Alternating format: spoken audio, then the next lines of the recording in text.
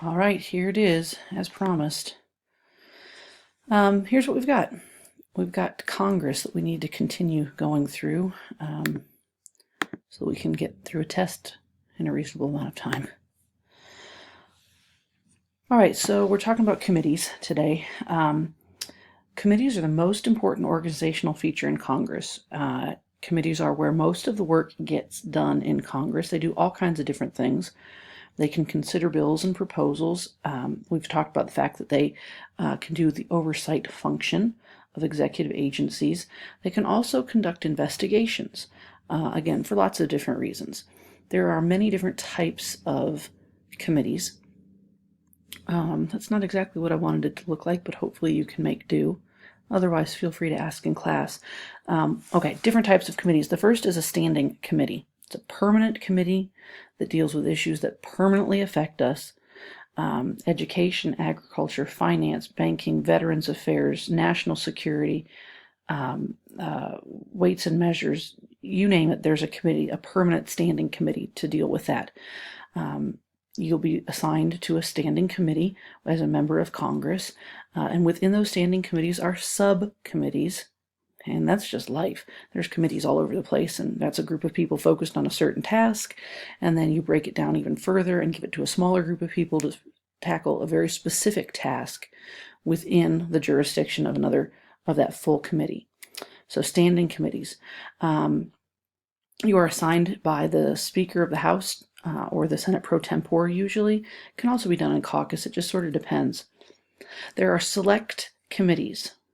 You've got to be specially selected by the Senate pro tempore, the President of the Senate, or the Speaker of the House. It says these groups are appointed for a limited purpose and limited duration. A select committee lots of times does special investigations. Iran-Contra, Watergate, Whitewater.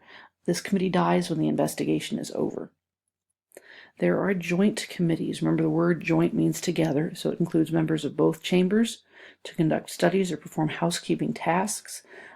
These also can be special investigations or to focus attention on a certain issue.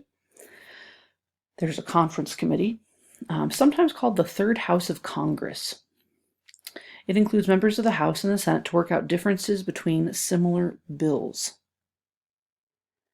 You cannot send a president a bill to be signed if the House version and the Senate version aren't identical. So their job is to go in and iron out any differences, to come up with a compromise bill.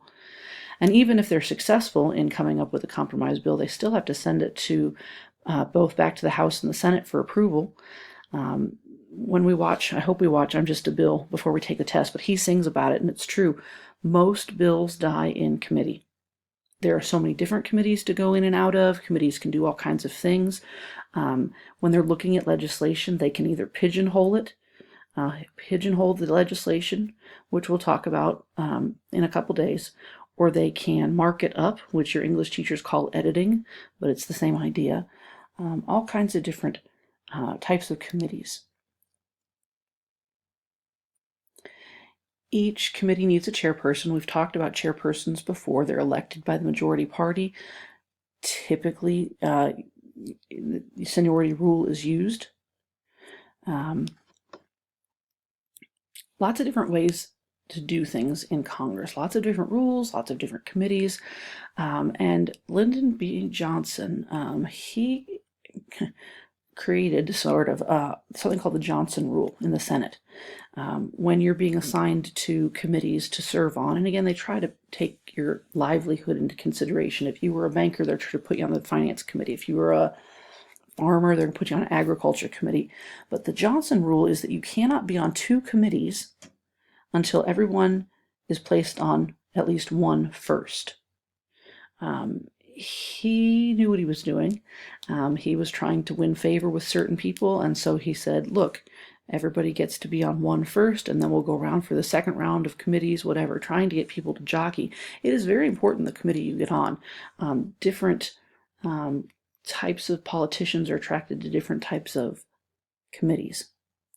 There are upsides and downsides of the committee. Upside is that they can be used for good. Okay, Watergate was a special or a select committee. Okay, committees can be used for like Supreme Court nominations. Neil Gorsuch right now going through that. They can divide the massive workload of Congress. Like I said, most of the power in Congress is found in committees where the real work gets done.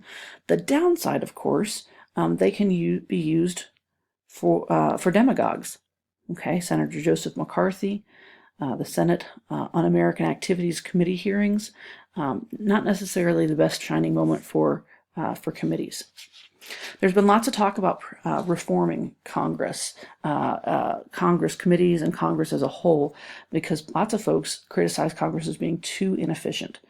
Do they have too much work? Perhaps. Are they too slow because of the dispersion of power? Yeah, probably.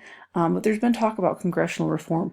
There's sort of been talk about congressional term limits. But keep in mind, we talked about this earlier in the semester, to propose an amendment, Congress has to propose it. And you know Congress is not going to propose something that will put limits on their jobs. So the number of committees is ginormous. I talked in the notes about 17 of these and 22 of those and 35 of those and 135 of those. It's just crazy. The overlapping jurisdictions of these committees, the growing number of staffers. Committees are such a huge part of Congress.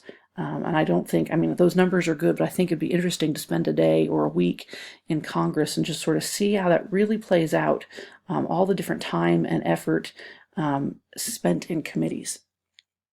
Like I said earlier, certain committees attract a particular type of legislators. If you are policy oriented, you're going to want to be on a finance committee or a foreign policy committee. If you're constituency oriented, you might be more interested in veterans affairs or small business. It just depends on your approach to the job and what your background is. Oops. Let's see, there we go. All right. A couple other things I want to talk with you about just real quickly. One is called the Democratic Caucus, and the other is called the Republican Conference. Now, they've got two different names, okay? Democratic Caucus and the Republican Conference, two different names, but the same workload, the same goals. These groups meet at the beginning of every session to determine the permanent committee assignments. Okay, each party determines its own assignments. We might need to pause here for me to tell you that a term is 2 years. Okay, if somebody says I served in the 115th term, that's this year and next year, that's the term is 2 years.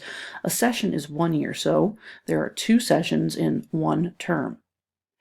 Anyway, these groups meet at the beginning of every session to decide permanent committee assignments. The key to success for the party, but more in particular for you as a congressman, is to get placed on the right committee. You want visibility.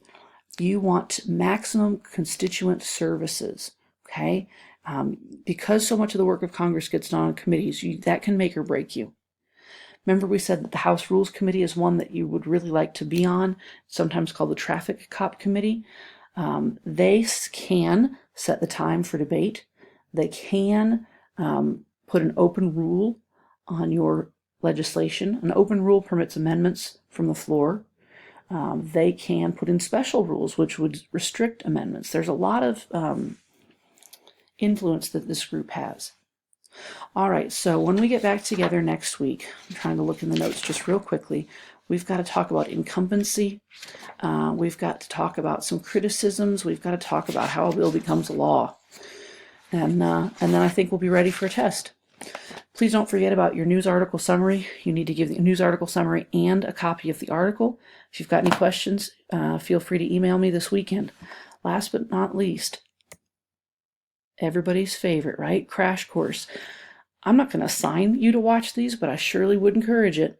He's got lots of good information. Bicameral Congress, I think we've got that pretty good. But congressional committees might be a good one to watch. Congressional leadership, perhaps, and definitely between now and the test, we will need to talk about how a bill becomes a law. All right, y'all, have a great weekend.